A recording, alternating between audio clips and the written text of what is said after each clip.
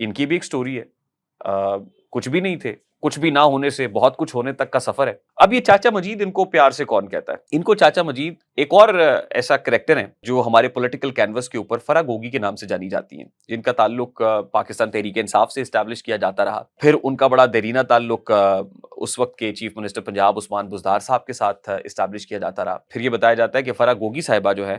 جن کے اپنے ہسبینڈ جمیل گجر, ان کا تعلق بھی فیصل آباد سے. جمیل گجر صاحب کو کئی حوالوں سے دنیا جانتی ہے, ایک حوالہ اور بھی ہے جس سے میں بھی ان کو جانتا ہوں, خیر وہ پھر کسی ویڈیو کے اندر انشاءاللہ اس کا ذکر کریں گے. لیکن فیصل آباد کے رہنے والے وہی جمیل گجر صاحب بھی اور فرح گوگی صاحبہ ان کو اپنا چچا کہتی ہیں. اور پھر یہ چچا مجید سے عثمان بزدار صاحب کا جو تعارف ہے وہ بھی رپورٹڈلی ایلیجڈلی فرح گوگی کے راستے ہی ہوتا ہے, اور پھر وہ فرح گوگی کے چچا عثمان بزدار کے بھی چاچا مجید بن جاتے ہیں, وہ بھی ان کو چاچا مجید کہہ کے ہی پکارتے ہیں.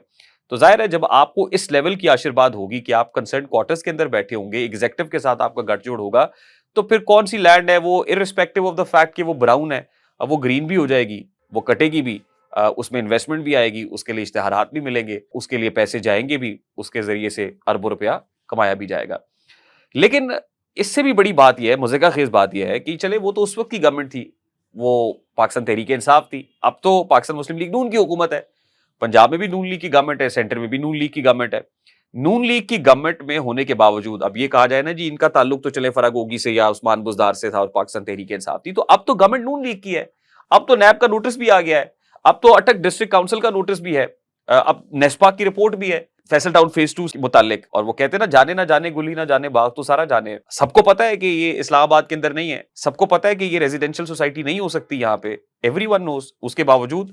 ابھی تک نیب کا مراسلہ بھی ہے. آپ کام کیوں نہیں روک رہے, کیوں ہونے دے رہے ہیں کام, آپ مارکیٹنگ کیوں نہیں روک رہے, آپ چچا مجید کو تقریروں سے کیوں نہیں روک رہے؟ ہر روز اب ٹک ٹاک کے اوپر دھڑا دھڑ, یوٹیوب کے اوپر ویڈیوز, اور پھر وہ اپنے بہت سارے یوٹیوبرز کو اور پراپرٹی ڈیلرز کو جو انٹرویوز دے رہے ہیں اور اس کے اندر اپنی پارسائی بیان کر رہے ہیں, کیوں نہیں روک رہے؟ اور پھر وہ یہ کہتے ہیں کہ یہ تو میرے نام پہ تھی نہیں, یہ تو کمپنی کے نام پہ ہے,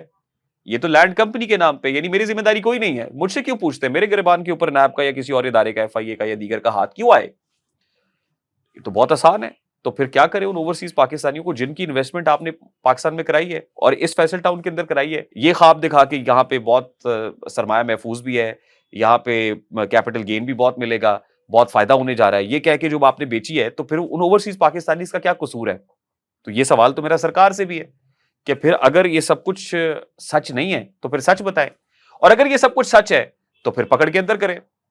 اس کام کو روکیں تاکہ یہ چیپٹر کلوز ہو. اور پھر نیب کو تو آپ نے بار کر دیا نا کہ 50 کروڑ سے نیچے تک کے کیسز نیب نہیں سنے گی. اب یہ 50 کروڑ سے اوپر ہے, لیکن نیب کی بھی اپنی مجبوریاں ہیں, اور مجبوریاں کیا ہے کہ نیب پلی بارگین کر لیتی ہے, یعنی نیب کو ایک سرٹن اماؤنٹ ہے پلی بارگین کے لیے پرپورشن میں, 122 ارب روپے, تو اس کے پرپورشن کے حساب سے پلی بارگین میں کتنی اماؤنٹ چاہیے وہ جناب کوئی بھی نیب کو دے گا, اور نیب اس کو بالکل کلین کر کے, کیا کہتے ہیں, مکھن سے بال کی طرح نکال کے سائڈ پہ کر دے گا. وہ بندہ تو کلیئر ہو گیا, وہ کہے گا میری ذمہ داری کوئی نہیں ہے. تو پھر اس کے بعد وہ جو ایک عام کلائنٹ ہے جس نے اپنی انویسٹمنٹ کی تھی, عمر بھر کی جمع پونجی لگائی تھی,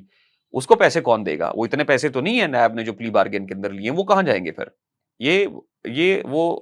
بلین ڈالر کویسچن ہے جو اس کیس کے اندر نہیں, اور بھی بہت سارے کیسز کے اندر بالکل سچ بیٹھتا ہے, بڑا سوٹیبل ہے. کرپشن پرسیپشن انڈیکس کی ایک رپورٹ آئی ہے پچھلے دنوں,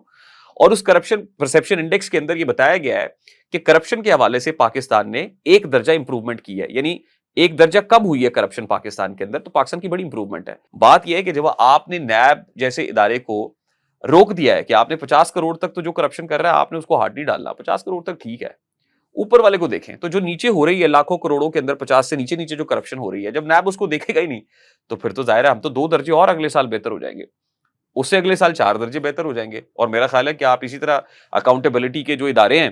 ان کو کٹیل کرتے رہیں, اینٹی کرپشن کو کر دیں, ایف آئی, دیگر جتنے ادارے ہیں آپ ان کو کٹیل کر دیں, تو پاکستان تو انشاءاللہ نمبر 1 کنٹری ہوگا جہاں کرپشن ہوگی نہیں. یعنی ایک دن ایسا آئے گا جہاں جب ہم یہ کہیں گے کہ کرپشن پرسیپشن انڈیکس کے اندر تو ہم تو بہت اچھا پرفارم کر رہے ہیں, پاکستان وہ واحد ملک ہے جہاں پہ کرپشن ہوتی نہیں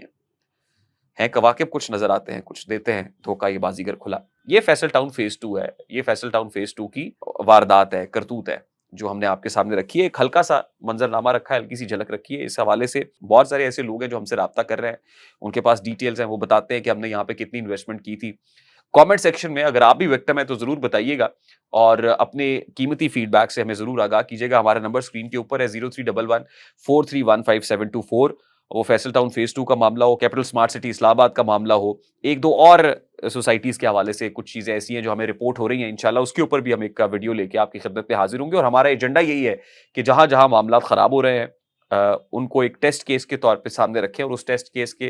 کو سامنے رکھتے ہوئے ہم آپ کو یہ بتا سکیں کہ جب آپ انویسٹمنٹ کر رہے ہوتے ہیں تو آپ کو کن چیزوں کا خیال رکھنا چاہیے. یہ دیکھ لینا چاہیے کہ کیا وہ زوننگ اتھارٹی نے وہاں پہ اس کو زون کاٹا بھی ہے, وہ ریزیڈینشیل میں آپ فال کر بھی رہا ہے یا نہیں کر رہا ہے, اس کے پیچھے کون ہے, وہ جو کردار ہے چاچا مجید جیسا, اس کا اپنا ٹریک ریکارڈ کیا, اس کا بیک گراؤنڈ کیا ہے, اس نے کہاں سے پیسے نکالے تھے اور کہاں اس سے پہلے جو لائف ریزیڈینشیل تھی وہاں پہ اس نے کیا کیا تھا. اسی طریقے سے آپ دیگر جو کیسز ہیں ان کے اندر بھی دیکھ لیں تو شاید یہ نوبت نہ آئے کہ آج آپ بھی سرکار کی طرف دیکھ رہے ہوں اور خالی ہاتھوں کے ساتھ دیکھ رہے ہوں, اور پھر ظاہر ہے سرکار نے تو آپ کو خالی ہاتھ ہی لوٹا دینا ہے. پھر وہ ہاتھ آپ آسمان کی طرف بلند کریں گے اور اللہ تعالیٰ سے کہیں گے, ان کو مخاطب کرتے ہوئے یہ جو نیچے لوگ بیٹھے ہوئے ہیں, کہ تم آسمان کی بلندی سے جلد لوٹانا, مجھے زمین کے مسائل پہ بات کرنی ہے. تو آئی ایم شیور یہ میری بات آپ تک پہنچی ہوگی. اگر پہنچ جائے تو اس ویڈیو کو لائک اور شیئر کر کے اور لوگوں تک اور پرٹیکولرلی کنسرن کوارٹرز تک پہنچانا مت بھولیے گا. مجھے ریحان طارق کو RTS پراپرٹیز کے پلیٹ فارم سے اجازت دیجیے. اپنا بہت سارا خیال رکھیے گا. السلام علیکم.